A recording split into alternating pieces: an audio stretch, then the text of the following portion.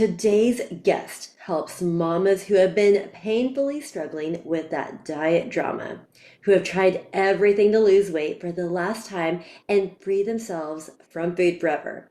Laura Conley is a certified life and weight loss coach on a, oh gosh, can I read that word? Maniacal? Maniacal. Maniacal.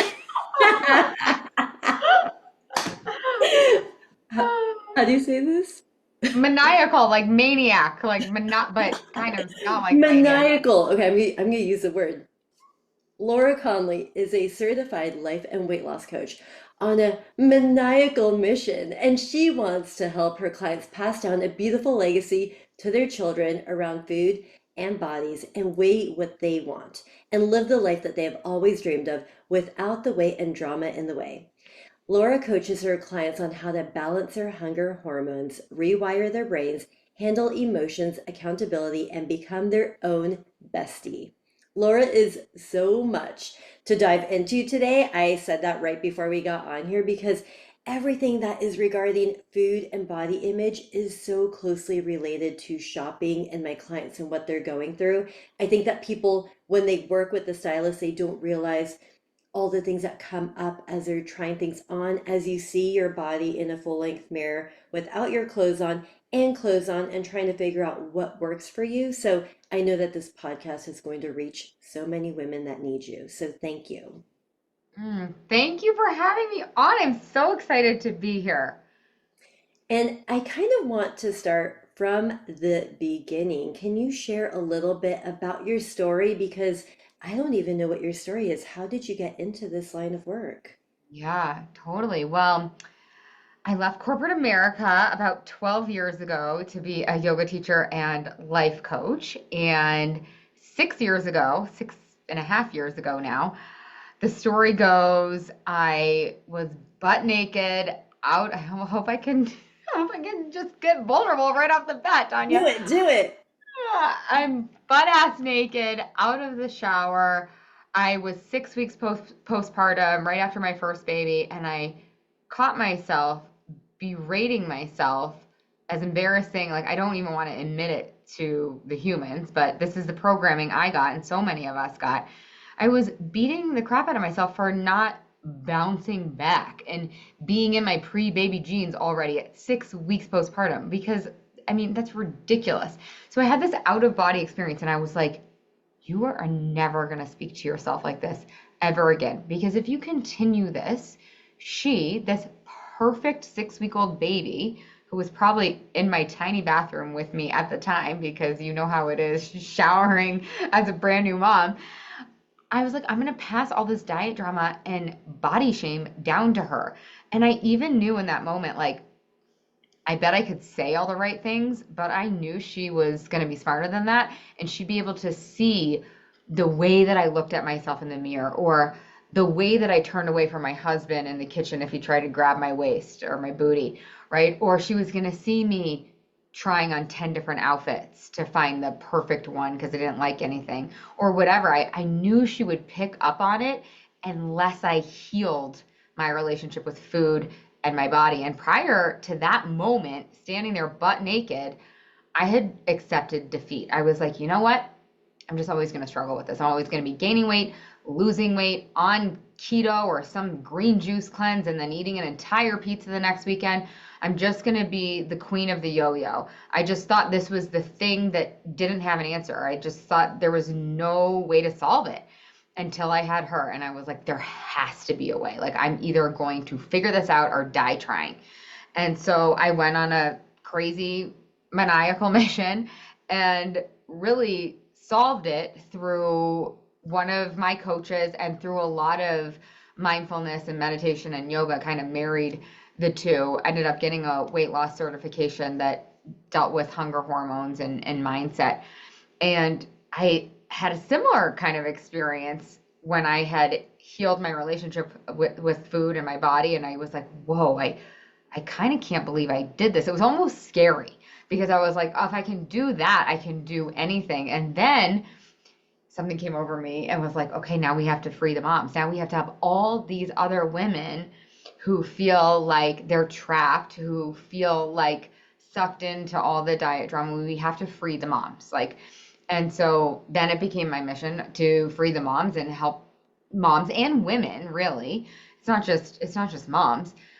Solve this once and for all so that we can bring up a generation that isn't trying to eat under 100 calories at their lunch table having a contest with their friends when they're 16 years old, which was part of my story too. so so Mhm. that's kind of the long story short. Prior to that moment in the shower, I was always counting calories. I was always doing 2-a-days at the gym. I just was never satisfied. And I think because I was trying to lose weight from a place of punishment and shame and hate. And what I want to really like let your audience know is that you can really love your body and accept your body and want to lose excess weight. That they aren't mutually exclusive.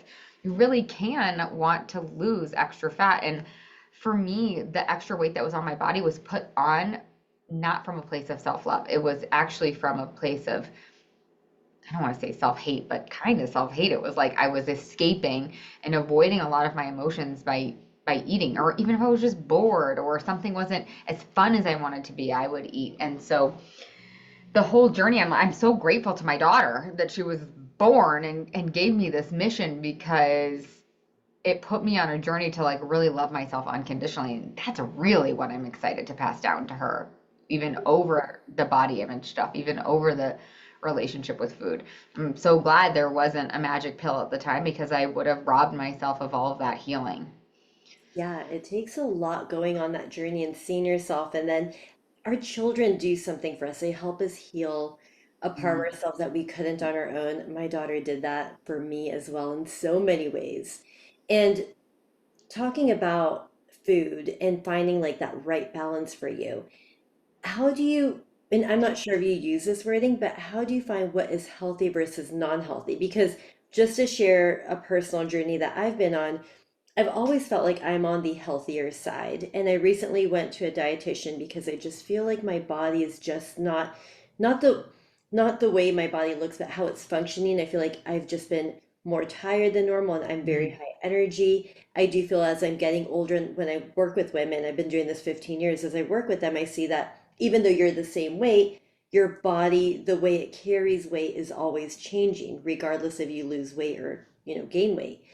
So I went to a dietitian and they actually told me like I need to eat more protein and that my meals need to be bigger. And when I went through this for 2 days, I felt sick and I had to write back to her. I'm like, this is a lot. Like my body is not used to this. She hasn't responded to me yet. So now I'm like, does my body actually know? Does somebody need to tell me? But when you're mm, working with people, like what do you feel is like healthy versus non-healthy? I love that question because it's so subjective, right? And so I don't prescribe a diet to my clients. I actually teach them the scientific method in case they don't remember it from like the fifth grade or whenever we learned the scientific method.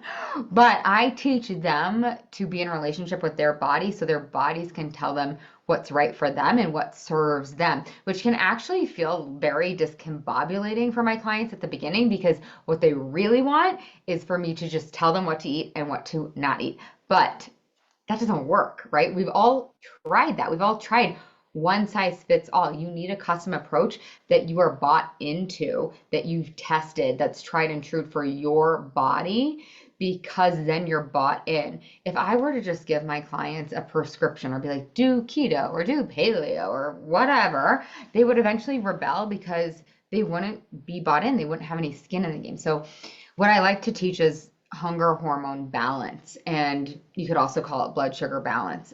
So I don't teach my clients to count anything or to measure anything. I teach them to balance their hunger hormones through what they're eating and not eating. And so it's very whole foods based, basically. I think there's room for the cupcake and there's room for the pasta. But if we can get back to eating whole foods, our bodies are going to respond beautifully, because that's what they're meant to eat. They're not meant to eat this highly processed stuff that the food industry has created to get us really honestly addicted to. And again, it's not bad or wrong. Like if you found yourself eating a lot of processed foods, or maybe you don't feel your best, don't make yourself bad or wrong, because it's the air we breathe. Like we are surrounded by so much misinformation, and it just leaves us so confused. And like, I'll just look at my Instagram feed. Like, if I hadn't healed all this, I'd be so confused. And I always say confusion just ends up getting the cookie. It ends up getting more processed food. And the way out of confusion is to be in a relationship with yourself and to listen to your body. And so I really teach my clients how to do that. And it's not traditional intuitive eating, because intuitive eating, and this might be a little bit of an unpopular opinion, you can't really teach intuitive eating unless your hunger hormones are balanced, because your hunger hormones, when they're in balance, when they are not balanced, they will disguise themselves as your intuition, and they will tell you an imbalanced hunger hormone will tell you it needs a cookie, and that's your intuition. Your actual intuition will never ask for a cookie. Cookies are not wrong or bad, but intuitively you don't need cookies to survive and to be fueled and to be healthy in terms of my definition. Again, I don't think cookies are wrong or bad. I think there's a place for them. I think we should enjoy them. I just don't think our intuition is ever going to get us there. When your hunger hormones are properly balanced, you actually can start to hear your body and what your body needs and wants and what fuels it. And it's through data, right, that we can test and then retest. Oh, wow, that was way too much protein. That doesn't feel good in my body. Oh my God, that was way too much processed sugar. I have a sugar hangover. You know what, I'm going to cut that in half next time, or whatever. But the way that I teach my clients, it is actually it doesn't seem like it when I'm talking, but it is very systematized. It's very black and white, but it is custom to them. Kind of like the work you do. Yeah. And I do have clients that, and I'm not sure, clients, if you're listening and we've worked together and you've told me about this, I have different clients I've gone through different kinds of coaching with people where they are, they don't go to them necessarily to lose weight, but they go to them to learn how to get out of the cycles that they were in, Mm, where they were like restricting themselves so much. And then they end up, of course, like then their average weight is higher than what it used to be. When people come and work with you, are they strictly wanting to go to lose weight? Or are they like, I want to also be in a healthy weight where I'm not in this negative cycle where I was really limiting myself and limiting what I needed nutrient wise? yeah, yeah. I think people come to me for all different reasons. I do call myself a weight loss coach. Like, that is primarily what I am helping women do. But weight loss is really the byproduct of learning to love ourselves and to treat ourselves with kindness. And like, if you listen to my podcast and listen to my clients talk, like, they'll be like, yeah, yeah, yeah, yeah, I lost the 50 pounds. But what I really want to talk about is how I love myself and how it's fun to get dressed and how I have a happier marriage, right? So I think diet culture teaches you to lose weight through punishment and through shame and through not good enough, right? You have to weigh this in over restriction, right? And you have to weigh this to be good enough. And I teach the opposite, which is like, you can weigh what you want to weigh as long as you really like those reasons and those reasons are aligned with your truth, capital T.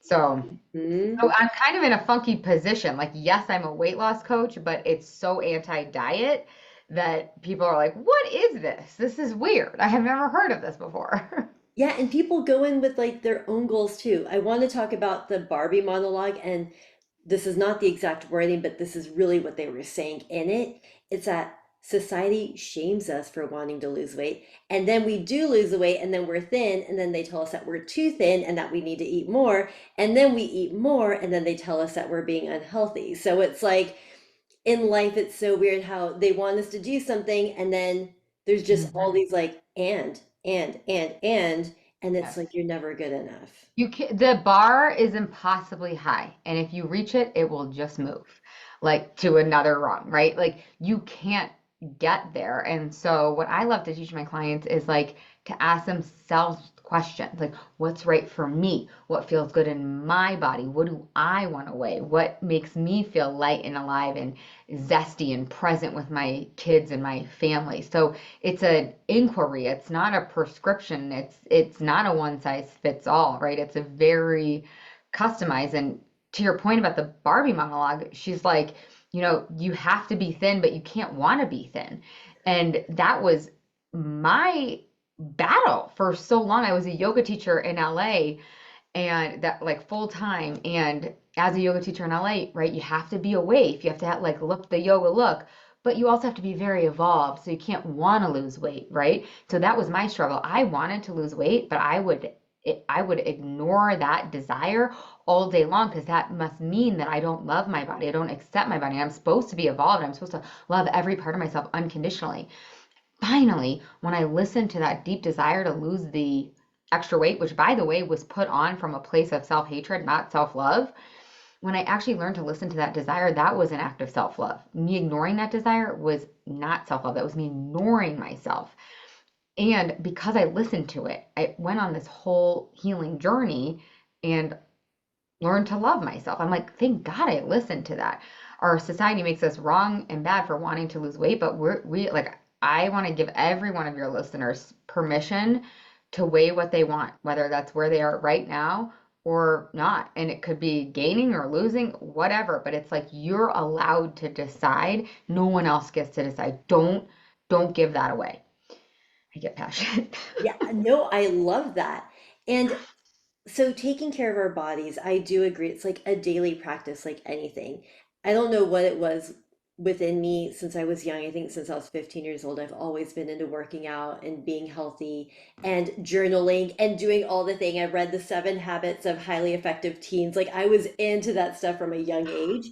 And I think that some people don't know how to put it into a daily practice. So what are like small steps that people can do to feel healthier in their body day to day?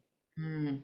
Just start listening to your body and eat when you're hungry and stop when you're satiated.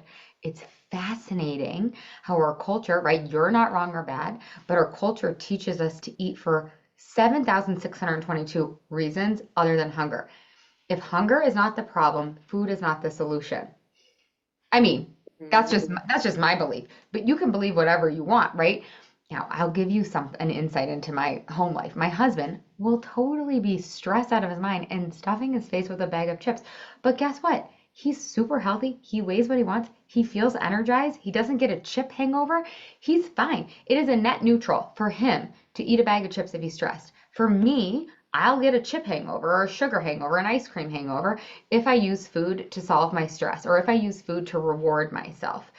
It is a net negative. It is a false pleasure for me and so many of my clients. So again, you're not wrong or bad if you are using food for things other than hunger, but that would be one place to start is like, can I just eat when I'm hungry and can I stop when I'm satiated? Not full. I mean, again, this is your choice. You can stop when you're full if that feels like a great choice for you. For me, I want to be able to have a dance party with my kids if they ask for a dance party after dinner. I want to be able to jump on the trampoline or go for a bike ride without feeling like, oh, like obligated, right? I used to feel like, oh, I have to do these things. I don't really want to do it. I lost my zest because I was so full half the time and I was eating for boredom or for whatever, anything other than fuel. And I still think that there's room for eating for celebration, right? Or having a treat, but just not all the time like I used to be doing. So eating when you're hungry and then stopping when you're full. And then if you notice that you just ate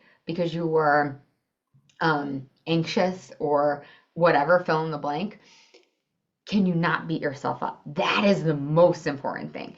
Can you not beat yourself up and not put your head in the sand and instead be like, oh my God, there's a hidden buried treasure here. I wonder what was going on for me. And if you can explore that and look back, I call it looking back with love and find out what was going on for you, maybe you can treat yourself differently the next time. Oh, I was looking for a little dopamine hit, a little reward. Oh, I was looking for stress relief. Oh, I was looking for comfort. I wonder how I can comfort myself next time without using food. Maybe I can like go for a walk and call my bestie. Maybe I can call and schedule a foot massage. I don't know, right? Like there's so many other ways that we could do it. So that could be kind of a fun place to start. I do have my clients journal every single day. Um, So I have them, I mean, it's a bunch of different questions. I could give you a few of them, but I really like to have them journal on what they're grateful for because I believe if you feel good, you're going to make good choices. Like if you feel good, you're going to do good. So I like them to journal about what they're grateful for, why they want to lose weight. I think it's a really important to connect to their why do they want to lose weight? And a lot of these reasons are because they don't want to be consumed with like the diet drama and like calculating in their heads how many calories they just ate. And oh my God, they're gonna have to do a two a day tomorrow to work this out instead of listening to their kid's silly story about the crush they have on Eddie at school, you know? So journaling about why are you doing this and journaling about, maybe anything you learned about yourself or some of my clients like to plan what they're going to eat the next day. Some of them don't. It doesn't really matter, but I put that in my journal. I love to plan.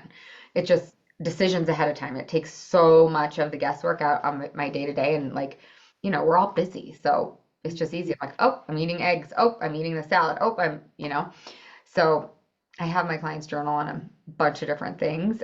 Takes about 5 minutes a day, but it really isn't just dieting or calorie counting. It's really more holistic. That's so beautiful. I definitely connect with emotional eating. I think that's something a lot of people do. I know that I do it when there's certain things that, like, I love my business, but the things that stress me out a bit more are when I'm not one-on-one with clients, like when I have to do my computer work with my team and we're on the computer. I get like a little bit anxious and I have to keep going to get a snack, whether it's my like ginger chews. And I don't put them here because I'll just eat them, but I love ginger chews. And popcorn. Popcorn is my big one. If I have to do like sequence emails with my team and stuff, and I have to write, popcorn is my go-to. So you mentioned a few things that you could do, like a foot massage or something, but in the moment when you know, and I'm very aware of myself, like I know it's coming up and I know I'm going to do it. What is the way that you can pivot Yeah. or try to do something different outside of that? That is so good. So you have to have this ties back a little bit to the why. You have to have a strong why as to why you don't want to do it. So, like for my husband, I don't think he's going to have a strong why to not having chips when he's a little stressed. Okay.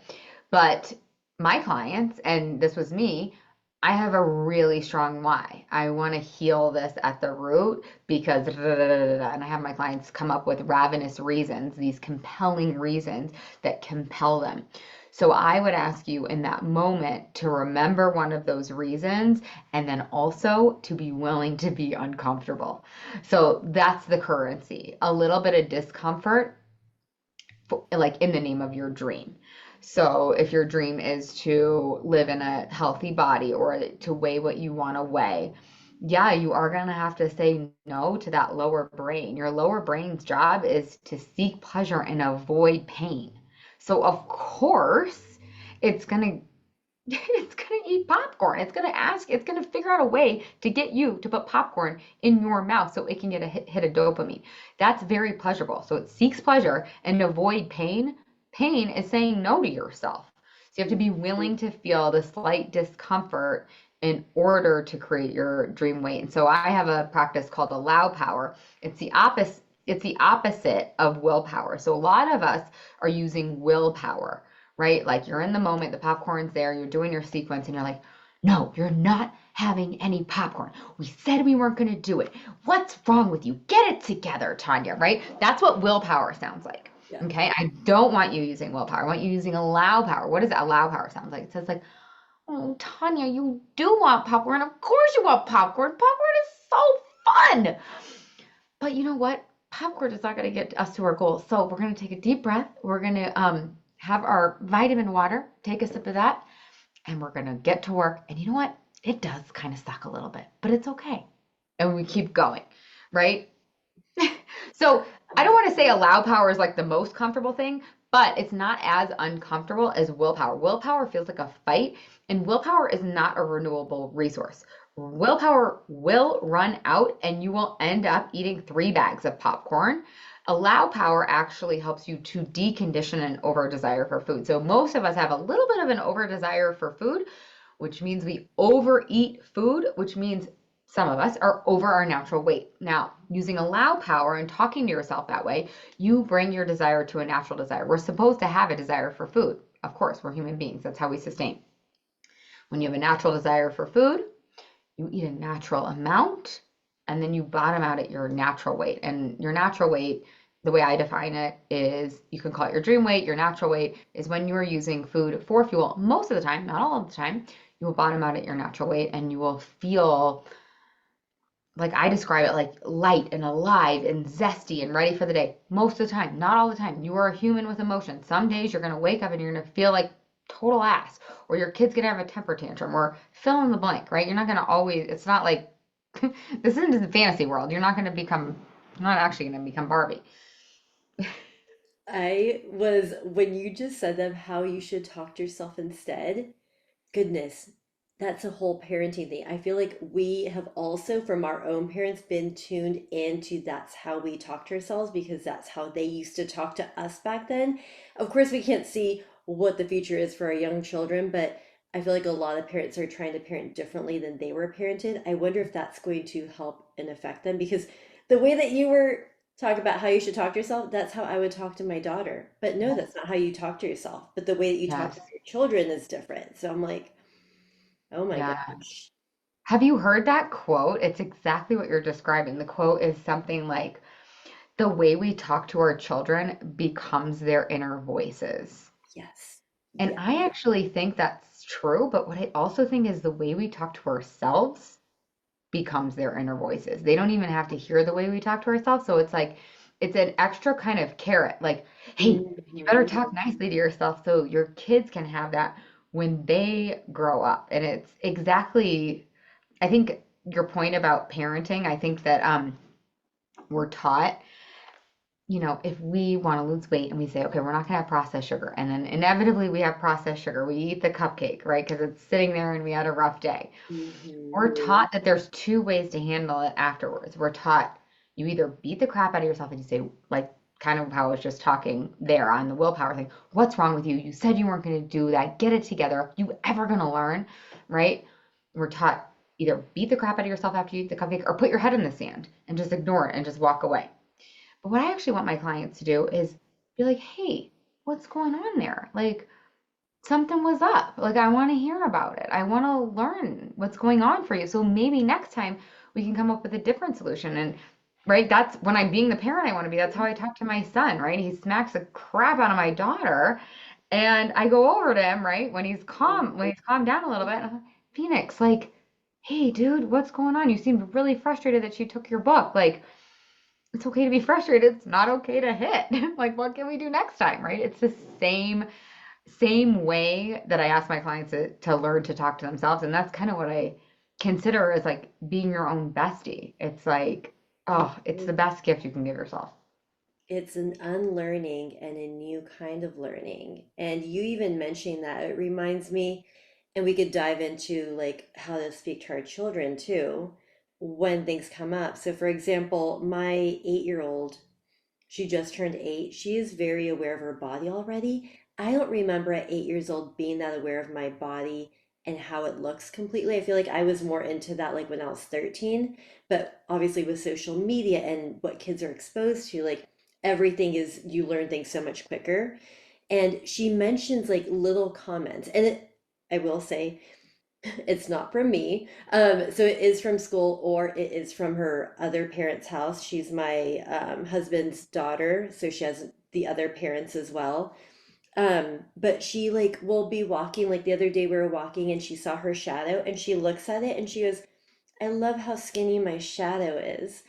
Or like she'll see my belly when I'm working out and I'm like trying to work out in the other room. She was like, are you pregnant? And it's like, no, when you get older, you hold a little pouch after you carry your child, and it is still there. It's very interesting. And she is aware, and she'll the other day too, she mentioned carbs, and we don't talk about carbs and what's good or bad or healthy or non-healthy, but it's like she's been bombarding us lately with like food and body talk, and I consistently have to be like, well, everybody's body is different. Like I feel so corny like talking like that, but I'm like, all of our bodies are so different. Like how should we start like Yeah. addressing this with their kids as they bring it up?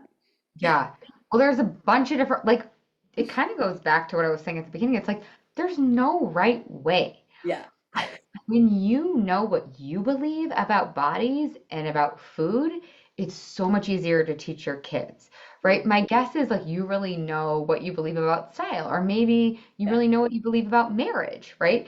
It or something that you've really explored in your life. When you are convicted in your beliefs, it's so easy to teach your kids. So people will always ask me like, "Hey, can you come teach a workshop on how to talk to our kids about their bodies?" And I'm like, "Yeah, totally, but like the real workshop is you learning to love your body and the Mm. way that it looks because you can give the lip service all day long. So when it comes to bodies, here's what you can do. Like you can keep it super neutral if you want to.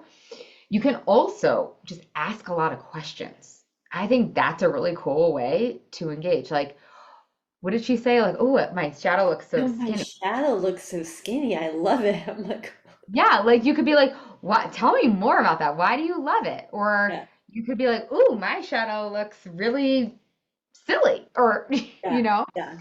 I think we, as moms and stepmoms, whatever, put a lot of pressure on ourselves. Like we have to get it right. We have to be perfect.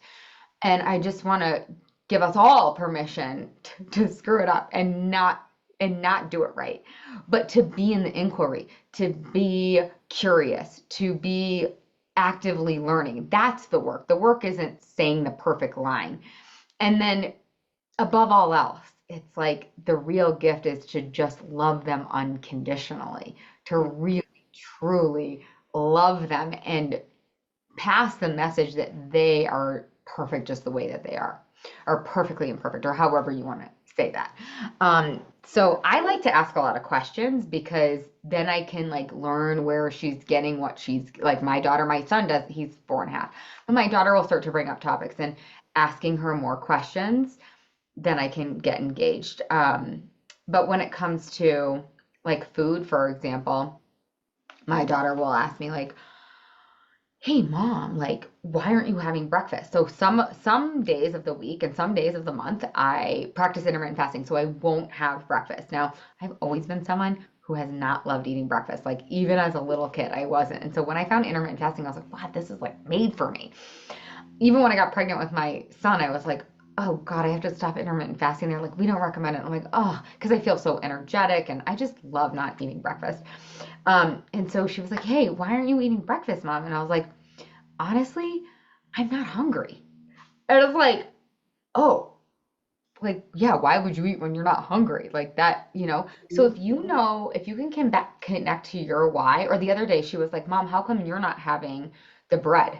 I don't like to eat gluten. Gluten feels bad in my body. And I Mm. just told her that. Like, if you know your why and you know your truth, it's so easy to pass it down to your kids. I was just like, oh, it doesn't agree with me. There's an ingredient in bread called gluten. It doesn't agree with me. And then I'm teaching her to tune in with her body. Like, how does it feel in your body? Like, what are the cues your body is giving you? And so that's really the gift I want to give her is like the ability to turn within and to find her own answers versus looking outside because you're right, they're going to get all the social media, they're going to get all the programming and it's our jobs to just point them back within. I think you know, they kind of come perfect. Like, can we preserve who they are? Can we help them preserve who they are as long as possible? And it just keeps changing. Yeah. In fashion, in a lot of parts of our lives, it's so easy for us to get stuck in a certain cycle that feels comfortable. Whether that's like our eating habits, or the times that we eat or the foods that we eat. What is a way that people can create new habits and make it stick when it Mm, comes to eating? yeah. Well, deciding what the new habit is, right? Like you could create the habit of I'm gonna only eat when I'm hungry and I'm gonna stop when I'm a little bit satiated, if Hmm. that's what you want. Say that's your habit. It could be any habit. You know, I want to make my bed. I want to brush my teeth or floss my teeth morning and night, whatever. Um, from there, I think it's really important to, again, know your why. It's not going to work unless you have many, many strong reasons as to why you're doing what you're doing. Because inevitably, the time is going to come for you to not follow through. Don't pretend that you're going to want to not have the cupcake. Don't pretend you're going to like not want to make your bed. Don't pretend like I'm working on not yelling at my kids. I'm pretty good at it, but Yep. like from time to time I get a little feisty and I'm really working on it. Laura, don't pretend that you're not going to have the urge to scream your head off. Like you got to prepare for that moment. And in that moment, if you have your compelling reasons ready to go because you've reminded yourself of one that morning through your journaling practice, Mhm. it's so much easier. And then the practice of sitting with the discomfort, the currency for any habit and the result of that habit is a little bit of discomfort, but you're already uncomfortable. I'm very uncomfortable when I don't feel good in my body. I'm very uncomfortable in the shame and the guilt after I yelled at my daughter, right? It's like choose your discomfort. Which do you want? Which hard do you want? Do you want the hard of not being at your natural weight? There are so many reasons why that's hard. Or do you want the hard of this tiny vibration in your body? And it might not feel tiny in the moment, it might feel big, but you will strengthen that muscle. You get the reps in and it'll feel easy and it'll become a habit that you just naturally perform. And then it gives you that result. I also like to teach my clients to outline objective, or sorry, outline kind of what I was just talking about. Like what could come up? Like what could get in the way? Oh, my husband brings home Oh yeah. cupcakes every single Friday night. Like, what could get in the way of me hitting my goal? And then creating strategies to overcome those potential detours, right? So, like, what could your brain come up with at the party that's going to get you to eat like 20 chips and the guac when you said maybe you were going to move away from flour or whatever the thing is. I don't know. It's all up to, the individual. But you have to be willing to find and then problem solve ahead of time if you want to create the new habit. And then if you do have an incident, Mhm. going back and looking for the thing to learn from it so you can plan for next time because inevitably the cupcake's going to come again, inevitably the chips are going to arise, whatever. And so like I don't want to say constantly, but just being willing to find what could get in the way and then problem solving it. You can always find a solution for anything that's in the way of you creating whatever your habit is if your why is strong enough. I agree. And I think also giving yourself grace, like even when you have this like goal in mind, there's always things that happen and pivot, and maybe you're just having, and it doesn't mean like make an excuse, but it does mean none of us are perfect, and the thing comes up, and being okay with it happening, kind of like what you Yeah. talked about in the beginning, and just going back the next day or the next moment it happens, Yeah. and being able to go back and not beat yourself up. Because when you beat yourself up, it's almost like you end up doing it again because you're like, oh yeah, well, I already did it once. Like Yeah, it's I'm like off the tread now. throwing Like, the towel. It's throwing the towel mentality. It's like I try to mhm. teach my clients every moment is a Monday morning moment. Like how the work is not being perfect. In Yes. fact, that's what a lot of my clients will tell me at the end. They're like, "Wow, I lost all the weight, but like I also released this perfectionistic tendency of mine, like this super type A behavior." And I used to be super type A, and I'm totally not. I'm like, "Who am I?" But it's amazing because I'm totally free and not trapped Mhm. and what we're so trapped in, like a lot of our culture at least. And it feeds the perfectionistic tendencies that a lot of us have inherited because what happens is it's like to your point, right? It's like you eat the cupcake and you're like, oh well, so what? I ruined the day. What's another cupcake? And then you have another, and then you're like, ah, whatever. I'll just wait till January 1st, 2025. And then you're eating your way through the rest of the year, probably because you feel guilty and you're like, well, I want to escape this guilt. So I know I'll stuff in some more cupcakes to make the guilt go away momentarily. Mhm. So yeah, it's a sick cycle that we can get caught in, and it's all from perfectionism. But perfectionism does not work to lose weight or to create any habit. Like to your point, plan to fail. Like you are gonna make mistakes. Don't use it as an excuse to make a mistake. Mm-hmm. But you are, and that's the only way we learn. I mean, think of any other skill that you've ever learned, skiing, riding a bike, pickleball, whatever the thing is, you you failed. And it doesn't mean anything about your character. It doesn't mean anything about your self-worth. Why are we tying our value to a freaking cupcake? Big deal. You made a mistake, go find out what's going on for you, and then you can move on and learn from it and do 1% better next time. That's all we can ask Mm-hmm. of ourselves. And that's the way to get there. But we all want to have lost weight by like yesterday. And it's like, why? We think that like if we lose weight, we're going to feel a certain feeling. We're going to feel confident. We're going to feel, but unless you do the inside job of feeling that way now, and you really can do that work, you're just going to keep chasing that bar, right? Like you'll just keep going to the next and the next thing. So Mm-hmm. I digress. It goes on and on.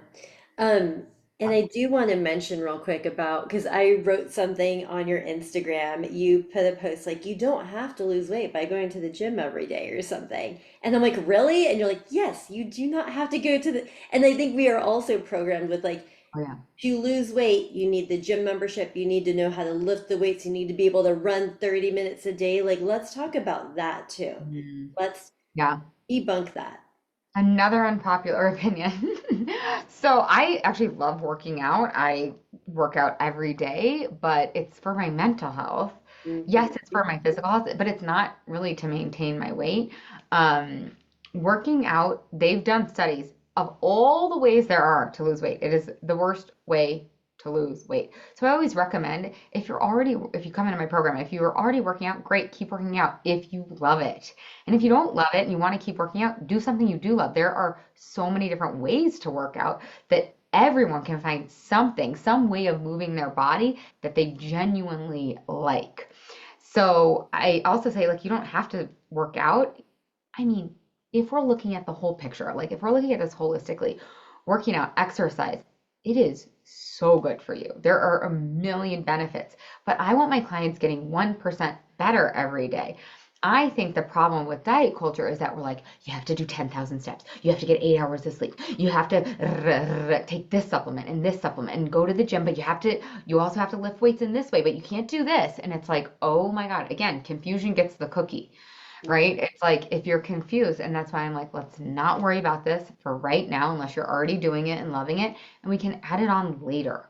Yeah. Because I do think it's great. And for me, there's this kind of funky way that it impacts my weight where it's like if I do a workout, I feel really good. Like if I don't work out for a couple of days, my husband's like, "Will you please go get on the Peloton? You're like a little cranky." And I'm like, "Ah, you're gonna make me crankier by saying that." And but when I feel like it's like when I feel good, like to the journaling point, when I feel good, I do good. When I feel good, it's easier for me to make decisions around food that serve me and that like keep that kind of trajectory of feeling good going. Mhm. So I do think it's related, but the calories in, calories out thing, it's so antiquated and for so many of us it just doesn't work. And a lot of us, this was me too. I was overworking out and then I was starving. And I would be like, I remember just like raiding the pantry coming home from like a crazy hit workout. And for those of your clients and your audience that are moving into like 35, 40, 45, upwards 50, 60, 70, well, postmenopausal is a different story, but 35 to 55, doing crazy high intensity interval training is not good for our hormones. It's really too much. So, like walking, yoga, resistance training, amazing, beautiful things. But some of the stuff that I was killing myself over in my 20s is actually going to do the opposite when it comes to weight. Exactly. I know it's so goodness, all the things that come with aging too. That's like a whole other topic. But yeah, I just started working at the weight trainer more to feel powerful. And in a weird way, I've been very comfortable with my workout. And I'm like, I'm not even pushing myself anymore. And I'm like, I need something that challenges me. I'm so intimidated by weights. And so I'm like, somebody needs to help me do this because I'm not going to go by myself. Like, such a good point. So, yeah. I love that you hired help. I think that's another thing that we inherit. Like, oh, I have to do this on alone. I'm supposed to know how to do this, like, especially with style, with weight Hmm. loss. Oh, I should be able to do it on my own. No, you Yeah. shouldn't. No, you shouldn't. We're supposed to do things together. Like, that's our species. We're supposed to do things together. And it's more fun. And for me, and I tell my clients too, like sometimes you just get stuck with what feels safe, but that doesn't mean it's for you anymore. It's just safe for you. And you don't know where to explore what to look for. So I Yeah. think it is important to be able to seek help out if you need and you don't really know what direction to take because you're stuck in your own world and what you know until you find somebody else, whether that is a coach or a friend outside of your circle of friends or something that helps guide you in another direction. Yeah. Yeah, Um, our lower brains are literally, to your point, our lower brains are wired to keep us in our comfort zone, to keep us yeah. the same, even if it doesn't serve us. It's so crazy. We'll keep performing the same habits, even if it's giving us a result that we hate, we don't like, Yep. just because it's familiar. So we have to be the ones to override that lower brain. Yeah. As we wrap up, I have one final question. It might be long, it might be short, but with your own personal style, the few times I've seen you on Zoom and on your Instagram, I really love your style. Where are you in your own style journey, or how has it shifted with time? I love that question. I love style. I always Ooh. have. Um, I think for I used to do this thing in high school where I was like, I can't wear the same outfit twice. It was so crazy. Now I'm like, oh, I'm gonna wear the same outfit all the time because I'm obsessed with it. But I think my sense of style, it's so me. And I think because my mom was so good Mhm. at teaching me that it was okay for me to be me. Like she really was the most perfect mom in terms of like loving me unconditionally and not trying to like mold me or force me into anything. So I always felt safe because of her. And I mean, not always. Yeah. I can still remember some fashion choices I got made fun of like real badly for, but that maybe I should have been made fun of for. But anyway, I think because she taught me that it was like okay to be me, and that's what I want for.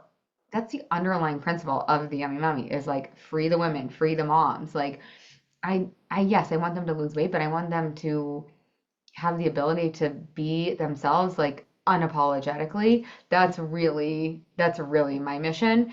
And I think style is a huge part of it. I think also sometimes we're ashamed of like style or fashion is like vain or shallow. And I think it's like one of the deepest, most vulnerable and personal ways of expressing yourself. Like, I think it's Mhm.